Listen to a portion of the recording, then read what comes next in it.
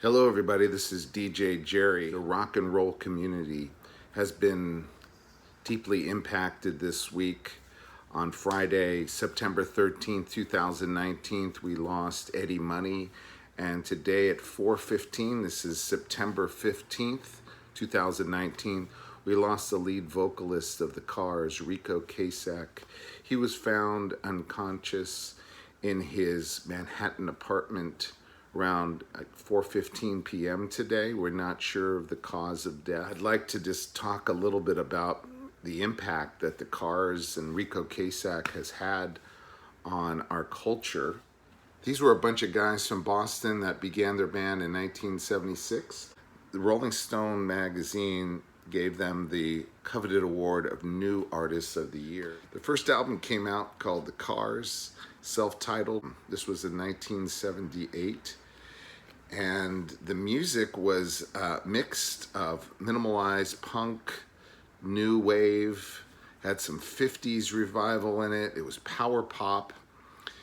It was a great emphasis on the keyboards, and it just took the world by surprise. It really ushered in, to me, it was one of the first new wave groups I'd ever heard.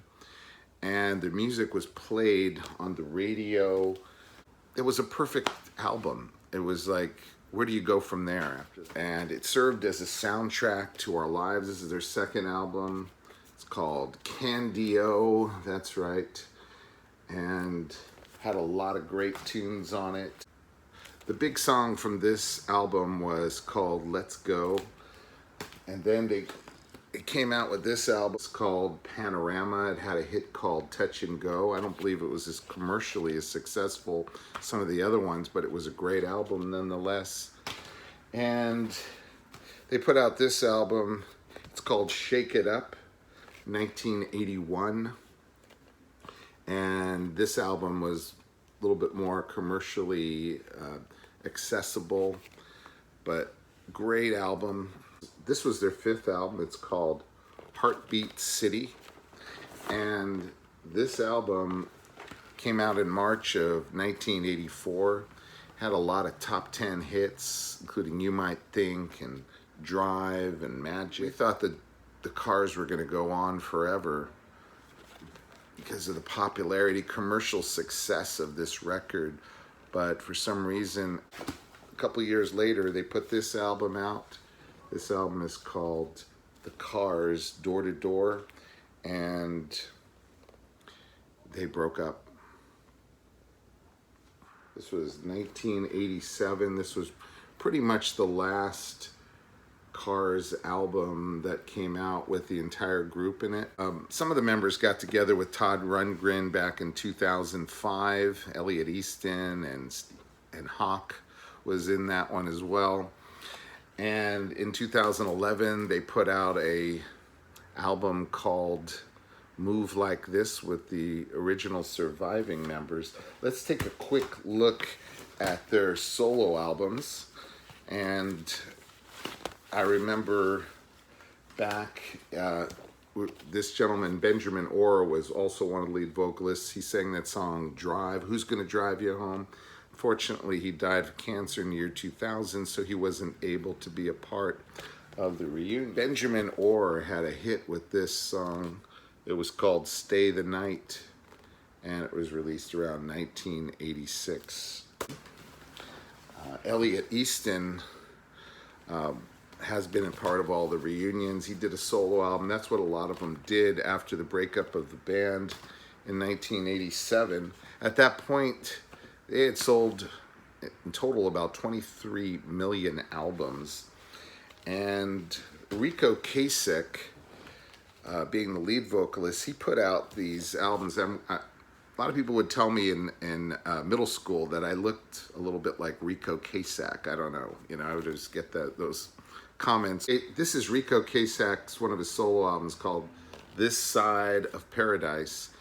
And he reminded us of Roy Orbison, just like the way he looked with those dark sunglasses, and he kind of sang for the lonely man, but in real life, he was married to some beautiful women. Ric Ocasek married supermodel Paulina Porsakova in 1989, and he separated from her back in 2017. Ric Ocasek may have sang for the lonely guy, but in real life he was married to and hanging around with models, so I don't know how lonely he really was most of his life.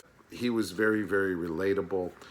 The Cars were inducted into the Rock and Roll Hall of Fame in 2018, and this DVD CD combination came out. It's got 20 performances with the band. It has soundstage performances, a lot of rare interviews, and it's got a full-length CD in it as well that features songs from the album. This is called The Cars Unlocked, the live performances. Let's take a look at a couple of the other CDs I have from them. This is The Cars' Greatest Hits. If you're just a casual fan, this may be all you really need. But if you're a heavy fan like myself, you want to listen to everything, including some of these solo albums. This one had a song called Something to Grab For. Here's another Ric Ocasek album, Troubleizing. The records were all well produced.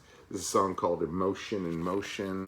So whether it was their solo albums or their wonderful body of work, we're going to truly miss the artistry of Ric Ocasek. There was so much promise when they got together on the Rock and Roll Hall of Fame in 2018. We all thought maybe they were going to have a tour, get back together on the road.